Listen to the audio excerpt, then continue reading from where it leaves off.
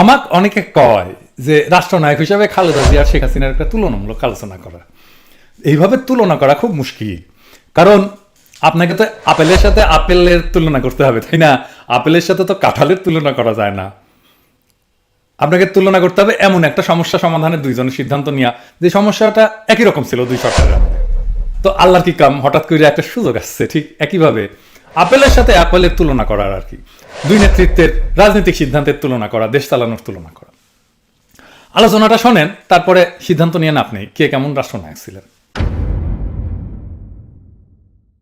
এই যে নতুন বছরটা শুরু হলো না বাংলাদেশে, তো ভারত বাংলাদেশের দ্বিপক্ষীয় সম্পর্কের দুইটা গুরুত্বপূর্ণ সংবাদ দিয়ে কিন্তু শুরু হয়েছে। প্রথম খবরটা প্রকাশিত হয়েছিল একদম 1 জানুয়ারি, হ্যাঁ, বছরের পয়লা উপহার আর কি। এটা কয়া হয়েছে একটা গুরুত্বপূর্ণ খবর। তার আগে জানেনি যে বাংলাদেশে কিন্তু ইন্ডিয়া পাটের পণ্যের উপরে অ্যান্টি ডাম্পিং শুল্ক আরোপ করছে আরো 5 বছর আগে, সেটা আরো 5 বছরের জন্য বৃদ্ধি করছে। 2017 সালের জানুয়ারি মাসে ভারত এই শুল্ক টন প্রতি $272 ধার্য করে।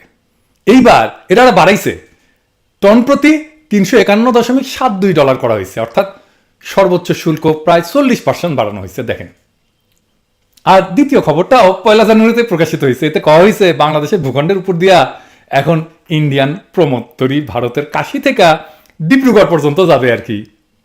তো বাংলাদেশ ভূখণ্ডের ভিতর দিয়ে কতটুকু যাবে? প্রায় 1100 কিলোমিটার আর কি, এই প্রমোত্তরিগুলো হয়েছে। দেখেন, একই দিনে কিন্তু খবরটা হয়েছে। এই দুইটা খবরে কাঁঠাল রানীর আমলে বাংলাদেশ ইন্ডিয়া সম্পর্ক কেমন ছিল সেটার একটা স্পষ্ট চিত্র কিন্তু পাওয়া যায়। একই দিনে ইন্ডিয়া বাংলাদেশের কাছ থেকে আমাদের ভূখণ্ডের উপর দিয়ে চলাচলের বন্দোবস্ত আদায় করে নিচ্ছে, এবং অন্যদিকে একই দিনে বাংলাদেশের উপরে চাপাই দিচ্ছে একটা অত্যন্ত অন্যায্য শুল্কের ভার। শুল্কটা আবার দিতে হবে কিন্তু ইন্ডিয়ান মুদ্রায়, বুঝছা, রুপিতে। তো মোট কথা, হাসিনার আমলে ইন্ডিয়ার সাথে বাংলাদেশের সম্পর্ক দাঁড়াইছে এরকম যে ইন্ডিয়া শুধু নিবে আর কিছুই দিবে না, বুঝছাও। আর বাংলাদেশ শুধু ইন্ডিয়ারে ভালোবেসেই যাবে। আর বাংলাদেশের একটা অথর্ব একটা বাণিজ্য মন্ত্রী আছে না, মোটা, টিপু মুন্সি। ওই টিপু মুন্সি ডিসেম্বরে দিল্লি গেছিল আর কি। ওইখানে দিল্লি থেকে ফিরে এসে কি কইছিল জানেন? কইছিল যে ভারত সরকারকে সে অনুরোধ করে আসছে পাটজাত পণ্যের উপরে যে অ্যান্টি ডাম্পিং শুল্কের মেয়াদ যেন না বাড়ায়। হে বাল শুন, এটা কি অনুরোধ করার বিষয় নাকি? অনুরোধ করার জন্য মন্ত্রী হচ্ছে তুমি? গার্মেন্টস করে কাঁচা পয়সা বানাইছিলে কিছু, ভাবছো মন্ত্রিত্ব করতে পারবে একটা দেশের? হচ্ছে মন্ত্রী, কিন্তু হাসিনার আর সব কটা মন্ত্রীর মতো তুমি একটা ভাল শুন। যাই হোক, ইন্ডিয়া তো মুন্সির এই অনুরোধের কোন রকম দাম দেয়নি আর উল্টা মুন্সি ফিরে আসার পরপরই এই অ্যান্টি ডাম্পিং শুল্কের মেয়াদ বাড়াই দিয়া এই হাসিনা সরকারকে কাঁঠাল রানীকে হ্যাপি নিউ ইয়ার জানাইছে। আচ্ছা, অ্যান্টি ডাম্পিং কি? ও তো ভুলে গেছি, এটা আগে কইলে ভালো হতো। আচ্ছা ঠিক আছে, কয়ানি। ইন্টারেস্টিং জিনিস, এই বিষয়টা কি এটা বুঝার জন্য, দেশ চালানোর জন্য, দেশের স্বার্থ রক্ষার জন্য খুবই জরুরি একটা বিষয়। তো বুঝানি, মানে চালচালা বুঝে যাবেন আর কি। মানে বিশ্ব বাণিজ্য সংস্থা আছে যে WTO, তারা অ্যান্টি ডাম্পিং বিষয়টাকে এইভাবে ব্যাখ্যা করছে যে একটা কোম্পানি যদি কোনো একটা পণ্য তার দেশের বাজারে যে দামে বেচে আর কি, তার চাইতে কম দামে যদি রপ্তানি বাজারে বিক্রি করে, তাহলে বলা যায় ওই কোম্পানিটা রপ্তানি বাজারে পণ্যটার দাম করছে, বুঝছাও। তো এরকম একটা যদি পরিস্থিতি হয়, তাহলে যেই দেশে পণ্যটা গেল আর কি, যে রপ্তানি কইরা, মানে যারা আমদানি করলো, তারা ওই পণ্যের উপরে অ্যান্টি ডাম্পিং ডিউটি বা শুল্ক চাপাইতে পারে। কারণ হচ্ছে যে কোম্পানিগুলো করে কি, বাজার দখল করার জন্য অনেক সময় কোনো দেশে অনেক কম দামে মাল সামাল পাঠায় দেয় আর কি। তো এটা করলে তো যে দেশ আমদানি করবে তারা তো বিপদে পড়ে, কারণ এখানে স্থানীয় উৎপাদক আছে। তো ওইখানে তো একটা আনফেয়ার কম্পিটিশন হয়, অন্যায্য একটা কম্পিটিশন, বেইনসাফি হয় ওই দেশের স্থানীয় উৎপাদকের সঙ্গে। সেই জন্য অ্যান্টি ডাম্পিং শুল্ক, মানে দাম করেছে, হ্যাঁ, প্রোডাক্ট, তো সেই জন্য এই অ্যান্টি ডাম্পিং একটা শুল্ক দেয় যেন প্রোডাক্টের দাম বেড়ে যায়। দাম বেড়ে গেলে তখন এটা প্রতিযোগিতামূলক হবে। বুঝতে সমস্যা হচ্ছে? আচ্ছা, আরো ভালো করে এটা বুঝিয়ে দিই আর কি। ধরেন চীন আমেরিকার কিছু কম্পিউটার পাঠাইলো কম দামে আর কি, রপ্তানি করলো। তো আমেরিকা হিসাব নিকাশ করে চীনকে কইলো যে হাঙ্গের কাছে যে দামে কম্পিউটারটা বিক্রি করছো, তুমি তো নিজের বাজারে তার চাইতে বেশি দামে বিক্রি করো, হাঙ্গেরে কেন তুমি কম দামে বিক্রি করলা? তো তার মানে তুমি এই কম্পিউটারটা আমার দেশে দাম করছো, তাই না? তো এর কারণে তো আমার দেশে যে উৎপাদকরা আছে যারা বানায় কম্পিউটার, তারা তো তোমার সাথে একটা বেইনসাফি প্রতিযোগিতায় লিপ্ত হইলো, তার সাথে তোমার সাথে তো প্রতিযোগিতা পারবে না, তাই না? তো এই অন্যায্য অবস্থার প্রতিকারের জন্য আমরা তোমার উপরে, কম্পিউটারের উপরে আমরা একটা অ্যান্টি ডাম্পিং শুল্ক বসাচ্ছি, যেন তোমার দাম আমার বাজারে আমার স্থানীয় উৎপাদকের দামের সমান হয়, ফেয়ার কম্পিটিশন করো, বুঝাও। তো তাইলে ইন্ডিয়া যখন বাংলাদেশে পাটজাত পণ্যের উপরে অ্যান্টি ডাম্পিং শুল্ক চাপায় দেয়, তাহলে ইন্ডিয়া কইতে যাচ্ছে ওইসব পণ্য আমরা বাংলাদেশে যে দামে বিক্রি করি তার চেয়ে কম দামে আমরা ইন্ডিয়াতে রপ্তানি করছি, ফলে ইন্ডিয়ান পণ্য প্রতিযোগিতায় মার খাচ্ছে, তাই না? তাই তো বোঝা যায়। তো সব আইনেরই তো অপপ্রয়োগ আছে, তাই না? তেমন এই আন্তর্জাতিক অ্যান্টি ডাম্পিং আইনের অপপ্রয়োগ করে থাকে অনেক দেশ। শুধাই অ্যান্টি ডাম্পিং শুল্ক বসায় দেয় কোনো দেশ আরেক দেশের পণ্যের উপরে, ঢুকতেই দেবে না। নিজের মার্কেটে আমি আর কাউরে ঢুকবার দেবো না আর কি, বুঝাও? তো তাইলে এরকম অন্যায্য আচরণের যদি শিকার হয় কোনো দেশ, কার কাছে বিচার দিবে? এখানে ব্যবস্থা আছে?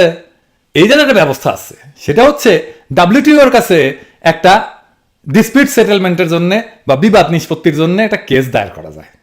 তো তাইলে হাসিনা এই ক্ষেত্রে কি করছে পাটের ক্ষেত্রে? তো টিপু মুন্সি যখন ইন্ডিয়ার কাছে বাংলাদেশের পাটের পণ্যের উপরে যে 2017 সালে যে অ্যান্টি ডাম্পিং শুল্ক দিছিল না, সেটা প্রত্যাহারের যখন অনুরোধ জানাইছিল, তার মানে তো ধরে নিতে হবে যে বাংলাদেশ ইন্ডিয়ার এই শুল্কটা চাপানোটা অযৌক্তিক বা বেইনসাফি বলে বিবেচনা করে, ঠিক তো? তাই না? তাছাড়া সে রিকোয়েস্ট করবে কেন? তার মানে ইন্ডিয়াতে যে মূল্যে আমরা এসব পণ্য রপ্তানি করি, বাংলাদেশে তার চাইতে কম দামে আমরা বিক্রি করি না, সোজা হিসাব। বরঞ্চ ইন্ডিয়ায় শুল্ক আরোপ করছে নিজের উৎপাদকদের প্রোটেকশন দেওয়ার জন্য, তাই না? তাহলে হাসিনা সরকারের কি করা উচিত ছিল? WTO-তে একটা কেস করে দেওয়া উচিত ছিল, তাই না? দেখে আসলাম তো আমরা তো আগে দেখে আসলাম, তাই না? তো 2017 সাল থেকে তো 5টা বছর পার হয়ে গেছে। হ্যাঁ, এই দীর্ঘ সময়ে ইন্ডিয়ার যে অন্যায্য শুল্কের কারণে বাংলাদেশের পাটজাত পণ্যের যারা তৈরি করে তারা যে ক্ষতিগ্রস্ত হয়েছে, এইটা কে দেখবে? হাসিনা তো দেখা উচিত। কিভাবে দেখছে? সে তো কেস করে নাই। সে করতেছে কি, ইন্ডিয়ার কাছে অনুরোধ করতেছে, উপরোধ করছে, ভাই এটা ছেড়ে দেন। তো ইন্ডিয়ার পাশে এটা সেটা যারা ক্ষমতা আসছে এবং ইন্ডিয়ার সরাসরি হস্তক্ষেপে যারা ক্ষমতা কুক্ষিগত করে রাখে, সেই রকম একটা দেশ বিরোধী সরকারের কাছে আমরা এর চাইতে আর বেশি কিছু আশা করতে পারি কি? এইগুলোর জন্য দরকার জনগণের সত্যিকারের নির্বাচিত একটা গণতান্ত্রিক দেশপ্রেমিক সরকার। তো এক দেশপ্রেমিক সরকার থাকলে এটা বিষয়টাকে কিভাবে ডিল করতো, এটা আমরা দেখি। আমরা এরকম একটা প্রবলেমের মধ্যে পড়ছিলাম, একই ধরনের। খালেদা জিয়া ইন্ডিয়ার সাথে কিভাবে তিনি ডিল করছিলেন সেই প্রবলেমটা, সেটা দেখি। তাহলে আমরা দেখবো যে বিকল্প নাই কাঁঠাল রানী আর খালেদা জিয়ার তফাৎটা কি। এখন যারা তরুণ আছেন বা চাংড়া পাংড়া আছেন, তারা কিন্তু এটা বোধহয় জানেন না যে খালেদা জিয়ার ওই সময় ইন্ডিয়াতে ওই সময় কিন্তু প্রচুর ব্যাটারি যেত বাংলাদেশের, রহিম আফরোজ পাঠাতো। তো ইন্ডিয়া বাংলাদেশে তৈরি ব্যাটারির উপরে সেই সময় অ্যান্টি ডাম্পিং শুল্ক আরোপ করছিল। তো খালেদা জিয়া কেস করে দিছিল এবং ইন্ডিয়া খালেদা জিয়ার উপরে প্রচুর বিলা হয়েছিল। হ্যাঁ, বিএনপির উপরে যে ইন্ডিয়া বিলা, তার অন্যতম একটা প্রধান কারণ কিন্তু অনেকগুলোর মধ্যে এটা একটা। তো এইটার মূল্য কিন্তু খালেদা জিয়া এখনো দিচ্ছেন, তার পরিবার দিচ্ছে, তার দল দিচ্ছে। তাই এই ঘটনাটা আমাদের বিশদভাবে জানা দরকার, তাই না? আসেন আমরা একটু দেখি। বাংলাদেশ থেকে ইন্ডিয়াতে ওই সময় 98-99 থেকে 2000-2001 সালের মধ্যে যে ব্যাটারি রপ্তানি, এটা প্রায় 2.5 গুণ বৃদ্ধি পেয়ে $1.3 মিলিয়ন উন্নীত হয়। অনেক বাড়ছে, কিন্তু ওই অর্থে ভারতে বাংলাদেশের যে মোট রপ্তানি, সেইটার 1000 ভাগের 2 ভাগও না কিন্তু এটা। বাংলাদেশের এই সামান্য রপ্তানির উপরে ভারত 2001 সালে অ্যান্টি ডাম্পিং শুল্ক আরোপ করে। তো 2001 থেকে 2002 সালে বাংলাদেশ থেকে ইন্ডিয়াতে ব্যাটারি রপ্তানি সম্পূর্ণভাবে বন্ধ হয়ে যায়। তো এই সিদ্ধান্ত কে নিছিল? ইন্ডিয়ায় শুল্ক আরোপের সিদ্ধান্ত নেয় ওই দেশের, মানে ইন্ডিয়ার অ্যান্টি ডাম্পিং মহাপরিচালকের দপ্তর, director general of anti dumping, মানে DGADর সুপারিশ অনুসারে। DGAD এটা কেন করছিল? কারণ ইন্ডিয়ার 2টা ব্যাটারি কোম্পানি অভিযোগ জমা দিছিল।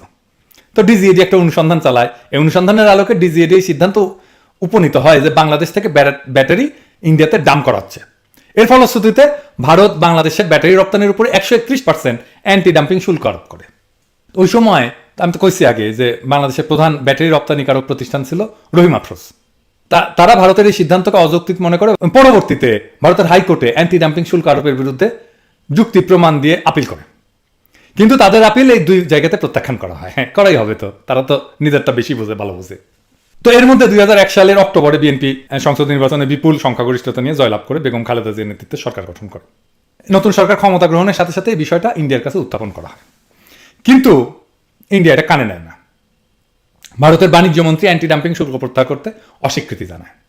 তখন বেগম জিয়া সামনে 2টা পথ খোলা ছিল। একটা হচ্ছে ভারতের অ্যান্টি ডাম্পিং শুল্ক মেনে নিয়ে চুপ করে থাকা, আর 2 নম্বর পথ হচ্ছে বিষয়টা নিয়ে WTO ডিসপিউট সেটেলমেন্ট প্রক্রিয়ায় একটা কেস করে দেওয়া। প্রথম পথটা, মানে ইন্ডিয়ার এই অন্যায্য পদক্ষেপ মেনে নেওয়াটা ছিল খুব সহজ। এতে ইন্ডিয়া খুশি থাকতো, তাই না? বেগম জিয়ার উপরে বিলা হইতো না, বিএনপির উপরে বিলা হইতো না। কিন্তু বেগম জিয়া কি করছিলেন? খালেদা জিয়া সহজ পথটা গ্রহণ না করে ডাব্লিউটিওতে কেস করে দেয় সরকারিভাবে। ডাব্লিউটিওতে যাওয়ার পথটা কিন্তু সহজ ছিল যে তা কিন্তু না। প্রথমত এতে ইন্ডিয়া অসন্তুষ্ট হয়েছে, সম্ভাবনা ছিল এবং আসলেই হয়েছে। তাছাড়া আমাদের ইন্টারনাল যে এক্সপার্টাইজ এই সমস্ত কেস ডিল করা সেটা ওইরকম ছিল না। কিন্তু খালেদা জিয়া বাংলাদেশের বাণিজ্য স্বার্থকে বিবেচনা করে এই কূটনৈতিক ঝুঁকি নেওয়ার সিদ্ধান্তটা গ্রহণ করেন। তোর আগেই তো বলছি যে এই যে ডিসপিউট সেটেলমেন্টের যে বিবাদ মীমাংসা প্রক্রিয়া ডিল করার জন্য যে জনদক্ষতা দরকার, সেইটা প্রাতিষ্ঠানিক সক্ষমতা বা জনদক্ষতা সেই সময় বাংলাদেশের ছিল না। আমাদের সৌভাগ্য যে ওই সময় জেনেভায় অ্যাডভাইজার সেন্টার অন ডাব্লিউটিও ল তারা আমাদের সহযোগিতা করতে রাজি হয়। তো এই কেসটা করার জন্য তাদের একটা আইনি ফি ছিল সেই সময় $1,50,000, মানে $1.5 লাখ আর কি। মানে সেই সময়ের হিসাবে এইটা 75 লাখ টাকার মতো আমার হিসাবে হবে আর কি, যদি আমার হিসাব ভুল না হয়ে থাকে ওই সময় এক্সচেঞ্জ রেট যা ছিল। কিন্তু খালেদা জিয়া পার্সোনালি রিকোয়েস্ট করেন অ্যাডভাইস সেন্টারকে যে যেন এটা কম খরচায় করে দেওয়া হয়। আজকে তো হাসিনা খালেদা জিয়ার নামে বদনাম করে যে উনি এতিমের টাকা মাইরা দিচ্ছেন, হ্যাঁ, কিন্তু খালেদা জিয়া পাবলিক মানি খুব সাবধানে খরচা করতেন। এইটা ওনার সাথে যারা কাজ করছেন আমি এরকম একাধিক মানুষের কাছে শুনছি আর কি। কোথাও কিছু খরচা বাঁচানোর সুযোগ পাইলে তিনি সেটা সদ্ব্যবহার করতেন। যাই হোক, এটা আপনারা করতে পারবেন, যে কেউ এটা চেক করতে পারবেন যে ওই অ্যাডভাইস সেন্টার কত নেয় মামলায়, বাংলাদেশ কত টাকা দিচ্ছে, তাই না? তো রেকর্ড আছে। শেষ পর্যন্ত অ্যাডভাইস সেন্টার খালেদা জিয়ার রিকোয়েস্টটা নেয় এবং মাত্র $15,000 কেসটা করতে রাজি হয়। মানে সেই সময় $15,000 মানে ওই সময়ের আর কি 7.5 লাখ টাকা আর কি। তো যাই হোক, মানে 10 ভাগের 1 ভাগে কিছুই না। তো বাংলাদেশ তখন ইন্ডিয়ার অ্যান্টি ডাম্পিং সিদ্ধান্তের বিরুদ্ধে 5টা যুক্তি ডাব্লিউটিওর কাছে পেশ করছিল। অল্প কথায় কই আর কি। 1 নাম্বার হচ্ছে যে ভারত শুল্ক আরোপের আগে যে অনুসন্ধান চালাইছিল সেটা ছিল ত্রুটিপূর্ণ। 2, ভারতে বাংলাদেশের ব্যাটারি রপ্তানির মূল্য এবং বাংলাদেশের বাজারে মূল্যের যে তফাৎ বা মার্জিন এটা সঠিকভাবে নির্ধারণ করা হয়নি। 3, ভারত তার প্রতিষ্ঠানগুলোর উপর যে ক্ষতি হয়েছে বলে দাবি করছে সেটা প্রমাণিত না। 4, বাংলাদেশের প্রতিষ্ঠানগুলো যে তথ্য দিছে ভারতের সিদ্ধান্ত গ্রহণের জন্য সেগুলো যথাযথভাবে আমলে নেওয়া হয়নি। এবং 5 নাম্বার, ভারত সব পক্ষকে এবং জনসাধারণকে সকল প্রাসঙ্গিক তথ্য দিতে ব্যর্থ হয়েছে। এইসব কারণের পরিপ্রেক্ষিতে বাংলাদেশ যুক্তি প্রদর্শন করে যে ইন্ডিয়া ডাব্লিউটিওর অ্যান্টি ডাম্পিং চুক্তির বেশ কয়েকটি ধারার খেলাপ করছে এবং অপব্যবহার করছে। এই যে দেখেন, তো এই কেসে ইউরোপিয়ান ইউনিয়ন ছিল কেসের থার্ড পার্টি। তারা ডাব্লিউটিও এর যে প্রক্রিয়া সিস্টেম সে অনুযায়ী ইন্ডিয়াকে ডাকে, কনসালটেশনে ডাকে। হ্যাঁ, এই যে দেখেন তারপরে কি হয়। ইন্ডিয়া জানতো বাংলাদেশের এই যুক্তিগুলো সঠিক, অকাট্য, এবং এই প্রক্রিয়া যদি তারা যায় তাহলে এটা একটা দীর্ঘমেয়াদী আইনি যুদ্ধে পরিণত হবে এবং শেষ পর্যন্ত ইন্ডিয়া হারবে, এটাতে জেতার কোনো সম্ভাবনা ছিল না। আন্তর্জাতিকভাবে হেও হবে ইন্ডিয়া। তো তখন ইন্ডিয়া গুটি সুটি মেরে আইসা কি করে জানেন, ওই তারা তখন বাংলাদেশকে জানায় যে তারা অ্যান্টি ডাম্পিং শুল্ক তুলে নিতে রাজি আছে। কি মজা! তো সে কারণে তারা বাংলাদেশকে বলে যে ডাব্লিউটিও এর যে প্রক্রিয়াটা শুরু করছো না ওইটা বন্ধ করো। তো এটা কিন্তু ছিল চালাকি। হ্যাঁ, এটা কিন্তু এরকম চালাকি করে। মানে বাংলাদেশ যদি ডাব্লিউটিও এর প্রক্রিয়া বন্ধ করতো তাহলে ইন্ডিয়ার জিন্দিগিতে আর শুল্ক তুলতো না। হ্যাঁ, ওই যে দামাল সিনেমার পরিচালক আছে না, ওই যে রায়হান রাফি, আমার ফোন করে কইছিল যে আমি ওই যে আমার সিনেমায় যে রাজাকারের কণ্ঠে নারায় তকবির দিচ্ছি ওইটা কিন্তু বদলাই দেবো, আপনি একটু আপনার স্ট্যাটাসটা ডিলিট করে দেন। একদম ইন্ডিয়ান স্টাইল আর কি। আমি ডিলিট করে দিচ্ছি এবং তারপরে শেয়ার বদলায় নাই। খুব চমৎকার হিসাব আর কি, বুঝছাও? তো তার উত্তরে খালেদা জিয়া ইন্ডিয়াকে জানাইছিল কি জানেন, আমার ওইটা ফলো করা উচিত ছিল।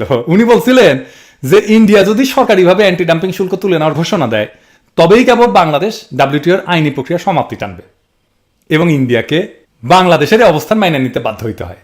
2005 সালের 4 জানুয়ারি ভারত কাস্টম নোটিফিকেশন 1/2005 জারি করে এই অ্যান্টি ডাম্পিং শুল্ক চূড়ান্তভাবে বাতিল করে। এরপরে বাংলাদেশ এবং ভারত উভয় পক্ষই ডাব্লিউটিওকে জানায় যে তারা একটা সমাধানে উপনীত হয়েছে, তারা নেগোসিয়েট করে ফেলছে। এর ফলশ্রুতিতে 2006 সালের 20 ফেব্রুয়ারি ডাব্লিউটিওর এই আইনি প্রক্রিয়া টার্মিনেট করা হয়। বাংলাদেশের অর্থনৈতিক এবং বাণিজ্যিক স্বার্থ অক্ষুণ্ণ রাখতে বেগম জিয়ার সরকার আন্তর্জাতিকভাবে যে পদক্ষেপটা নিছিলেন তার জন্য প্রয়োজন ছিল কি? প্রয়োজন ছিল সাহস, অসীম সাহস, প্রচণ্ড দৃঢ়তা এবং অকৃত্রিম দেশপ্রেম। এই কঠিন পরীক্ষায় তারা অত্যন্ত কৃতিত্বের সাথে, সাফল্যের সাথে মাথা উঁচু করে উত্তীর্ণ হয়েছিলেন এবং আমাদের কূটনৈতিক এবং অর্থনৈতিক ইতিহাসে এই অর্জন সবসময় স্বর্ণাক্ষরে লেখা থাকবে। আর অন্যদিকে কি করছে দেখেন হাসিনা, 5 বছরের বেশি সময় ধরে ইন্ডিয়া বাংলাদেশের পাটজাত পণ্যের উপরে অন্যায়ভাবে অ্যান্টি ডাম্পিং শুল্ক দিয়ে রাখছে এবং তার মেয়াদ এই মাসে বাড়াইছে আরো 5 বছর। ইন্ডিয়ার পাচাটা গোলাম এ নত জানু কাঁঠাল রানী হাসিনা ভারত সরকারকে মৃদু অনুরোধ করা ছাড়া আর কোনো কিছুই করে নাই, ওর নাকি বিকল্প নাই।